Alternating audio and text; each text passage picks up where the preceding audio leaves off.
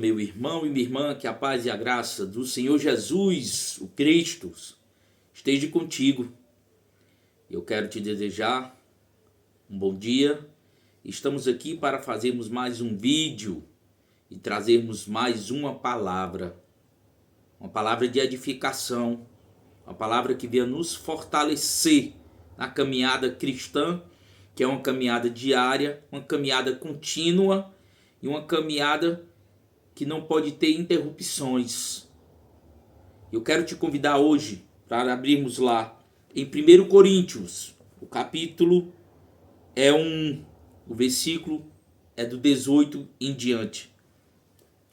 E Paulo vai nos falar, nosso irmão Shaul,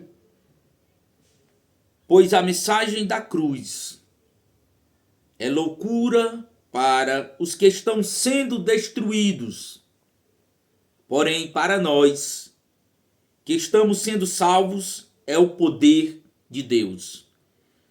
Logo de cara, Paulo nos traz uma mensagem impactante para os nossos dias atuais e principalmente para os dias de Paulo. Ele define que a mensagem da cruz, que nada mais é, meu irmão e minha irmã, Cristo, Jesus, ela é loucura para os que estão sendo destruídos. Quem são esses que estão sendo destruídos pela mensagem da cruz?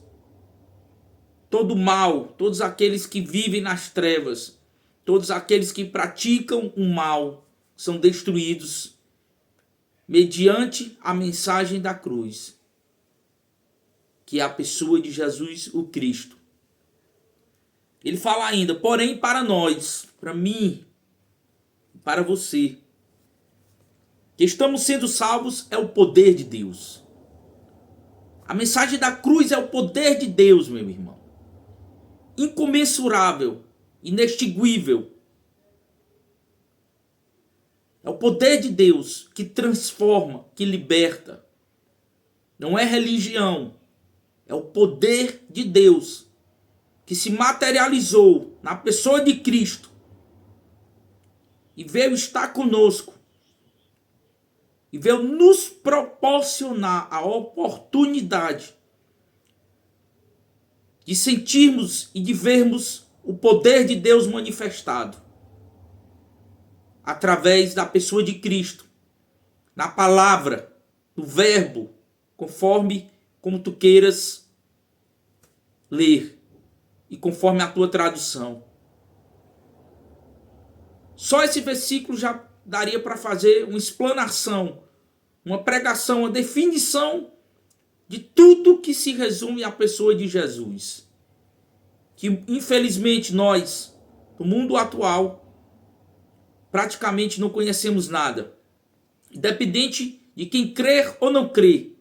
Muitos não creem. Mas quem é esse que mudou o mundo? Que transformou o mundo? Se formos ver, conhecemos o mundo como antes de Cristo e depois de Cristo. Para aqueles que não creem, eles definem como a era comum. Antes e depois da era comum. Mas quem é esse que eles negam? Que ninguém, nenhum pode destruí-lo. O seu reino é inabalável, ele só se expande, meu irmão. O Império Romano tentou destruir. Vários outros do mundo tentou destruir. Antes do Império Romano e depois. Mas ele se mantém firme, inabalável. Pois o seu reino é um reino de justiça, embasado. Ele é a rocha inabalável, ele é a pedra angular, rejeitada pelos construtores. Prosseguindo, versículo 19. Porquanto está escrito, destruirei a sabedoria dos sábios e rejeitarei a inteligência dos homens cultos. Deus fala através de Paulo que ele iria rejeitar a sabedoria dos sábios e rejeitar a inteligência dos homens cultos. Não quer dizer que Deus não quer que sejamos cultos e nem sábios, mas ele quer que sejamos cultos e sábios mediante aos seus olhos. como homens e mulheres humildes, mesmo cheios de sabedoria e mesmo cheios de cultura.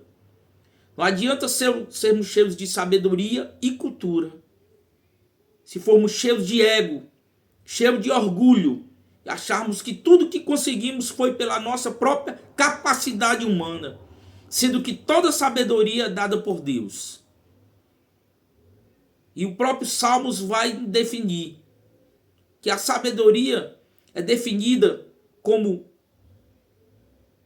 conhecer a Deus, pois Deus é a própria sabedoria. Versículo 20. E ele pergunta: onde está o sábio? Onde está o homem culto? Onde está o questionador dessa era? Acaso não tornou Deus completamente insensata a sabedoria deste mundo? Versículo 21. Considerando que, na sabedoria de Deus, o mundo não o conheceu por meio da sabedoria humana. É impossível alguém conhecer a Deus mediante a sabedoria humana, se não for mediante a sabedoria divina dada por Deus. Certa vez, Jô Soares, em uma reportagem, falou que já havia lido a Bíblia mais de 10 vezes, um homem poliglota, cheio de sabedoria, cheio de inteligência, cheio de conhecimento, mas havia dito que não havia entendido e compreendido nada do que ele havia lido na Bíblia. Por quê? Porque não tinha a sabedoria divina dada por Deus. Não tinha a sabedoria espiritual. Não tinha o discernimento, a compreensão. Não tinha o poder de Deus sendo revelado a ele nas palavras, na pessoa de Cristo. Porque apenas leu com a sabedoria humana. E com a sabedoria humana, meu irmão, isso aqui vai ser apenas só mais um livro de história. Vai ser apenas só mais um best-seller.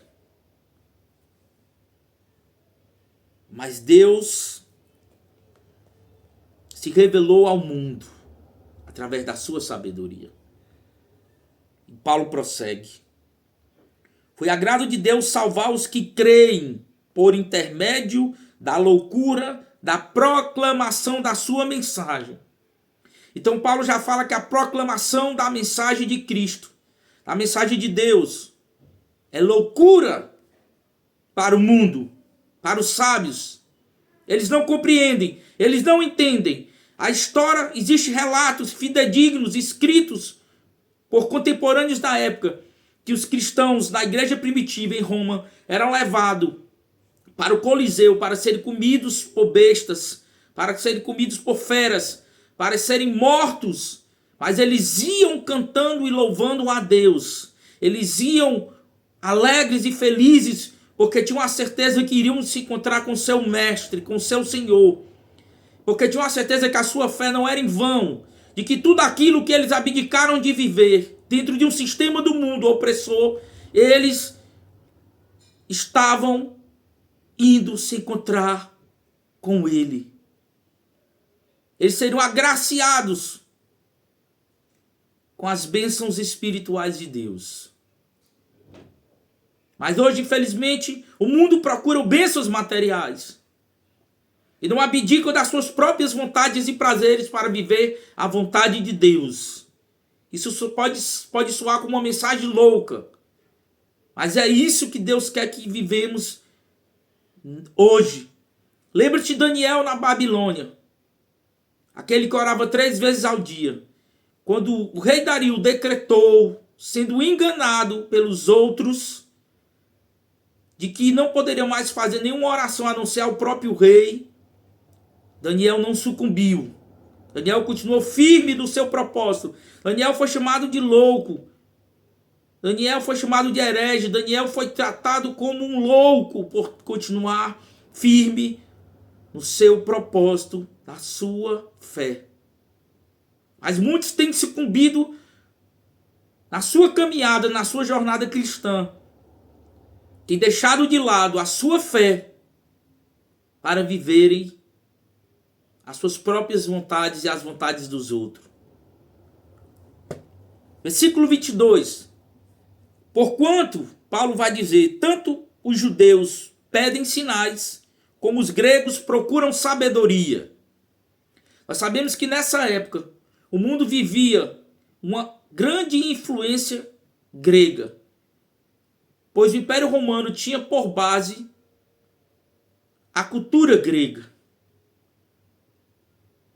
É por isso que Paulo fala isso, de que tanto os judeus como os gregos, que eram considerados homens sábios da filosofia grega, pediam sinais de que verdadeiramente Cristo era Deus, pois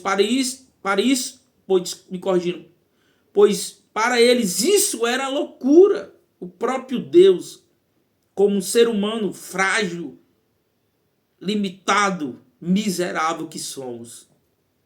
Versículo 23. Nós, entretanto, proclamamos Cristo crucificado, que é motivo de escândalo para os judeus e loucura para os gentios, que são os gregos, que somos nós. Pois os judeus jamais iriam aceitar que o próprio Filho de Deus, o Machia, aquele que haveria de vir, ungido deles, que eles esperavam, um político, um homem forte, um homem com poderes militares, com poderes políticos, que iria libertar o povo de Deus da escravidão romana, porque de certa forma era uma escravidão. O povo judeu estava sendo oprimido pelo Império Romano. E veio simplesmente um nazareno, e simplesmente um bom pastor, que não pregou violência, que não pregou lutas, mas pregou o amor. Nos ensinou que somos capazes de vencer através do amor, através da bondade, através da misericórdia. Por isso que para eles a crucificação é loucura. Pois a própria palavra nos fala lá em Deuteronômio que todo aquele que fosse pendurado no madeiro seria considerado maldito. E a morte mais cruel e humilhante que existia naquela época era a crucificação. Por isso que eles não entenderam que como poderia o próprio Deus, o ungido de Deus, ser crucificado no madeiro e ser tido como maldito. E os gentios, diante da sua sabedoria, a crucificação se torna incompreensível aos olhos humanos.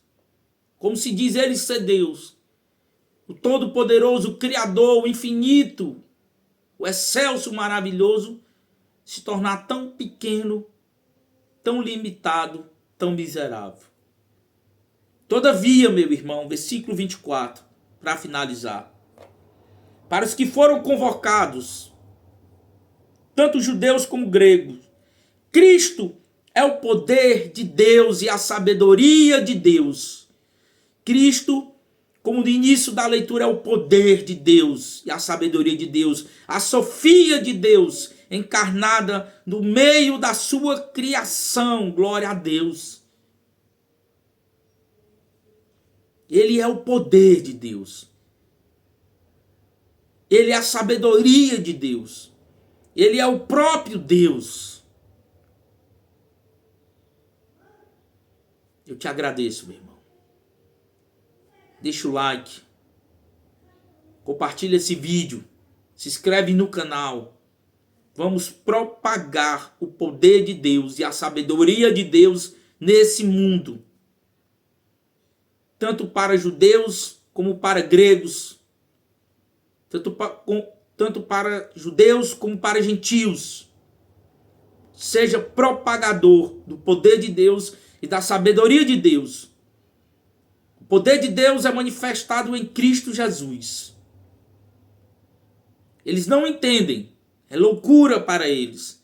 Mas para nós é poder, é sabedoria, é esperança. Fique na paz, meu irmão. E que Deus te abençoe. Shalom, shalom.